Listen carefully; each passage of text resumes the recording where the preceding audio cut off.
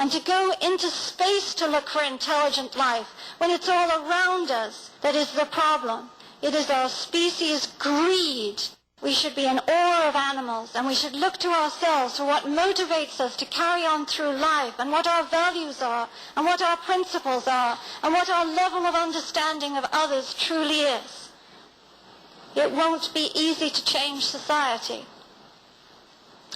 After 9/11, people said, how can you care about animals? Simple. Because compassion is not some miserly pot out of which you can only take a spoonful. Caring isn't like a few gold sovereigns bound up in a rag that you can pick out one at a time. It has to be limitless. Looking out for your baby or your friend is easy. The test of moral fiber is to stick up for those you relate to least, those you understand minimally, and those you do not think are that much like you. For them, ground zero is every single day. They are terrified, slaughtered, and in danger every minute. Humans are their terrorists. And this is about them, but it's also about us. It's about whether our hearts are big enough to look after the least of them. That's why the animal rights movement is a movement we can be proud of.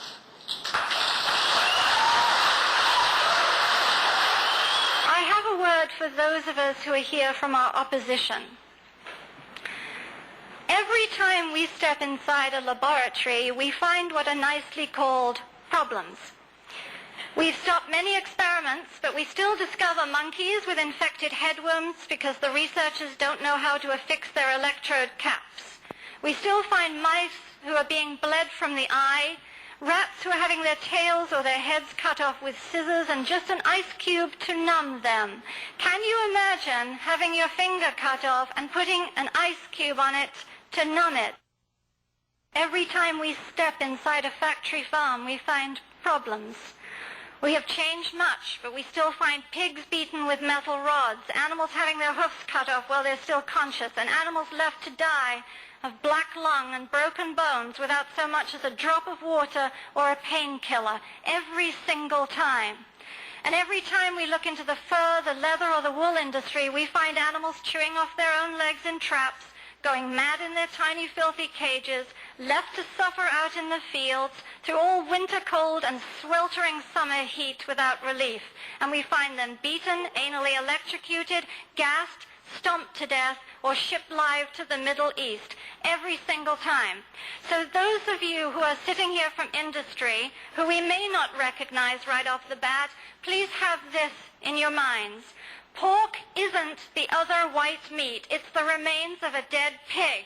Furriers don't sell natural fabrics. They sell pieces of carcass. Cures for diseases don't depend on using animals. Only your mortgage does. As for all the false equations, your child or the dog, Hans Rusch said it best. He said, not a single child's life has been saved by a dog unless the child was drowning. It is our opposition who are the terrorists. Every one of them who does not actively work for change in the way we treat animals in the society is a terrorist. I have one more thing to say to them. Remember this. Rights movements never go away. They always get stronger. They always attract more people. And there is no point whatsoever in wasting your time fighting them, because we will grow and we will win. And that's a fact.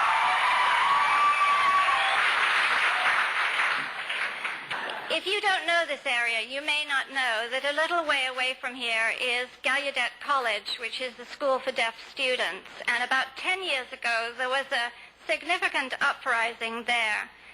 The deaf students wanted a deaf president, but the Board of Regents wanted them to have a hearing president.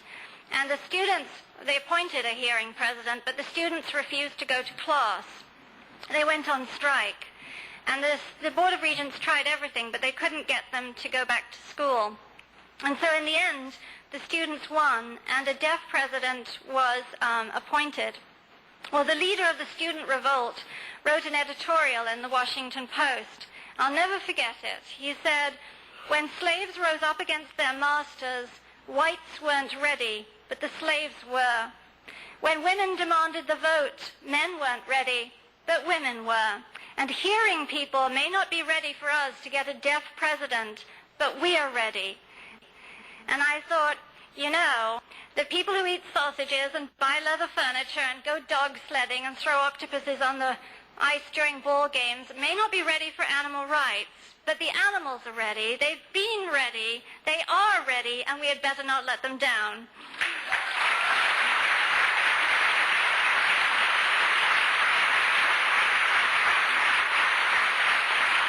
That means the hard thing is that each and every one of us has to do our part. We can't sit in the wings and feel sad.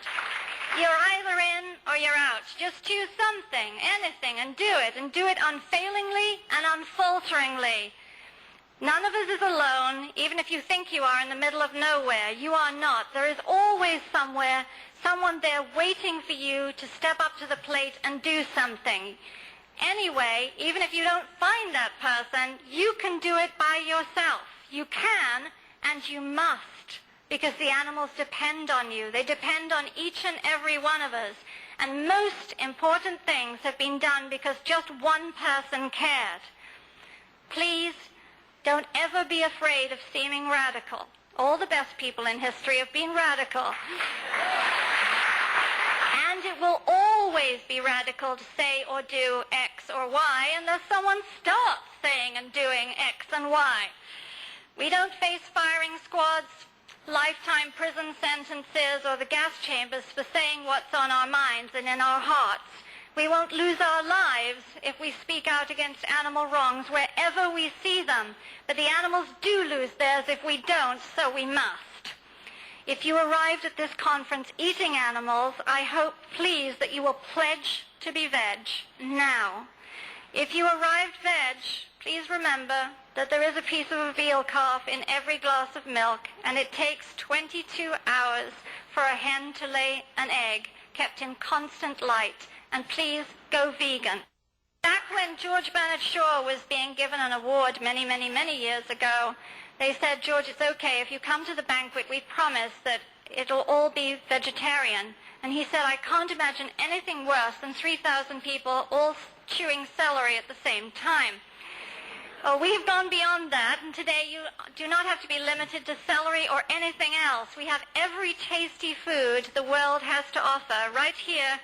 We have Ethiopian, Chinese, Thai, Indian, you name it.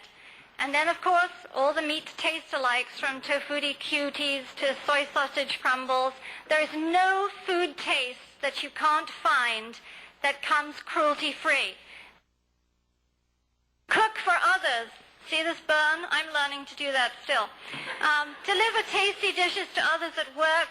When you have a gift to give, please consider a recipe book, a cookbook.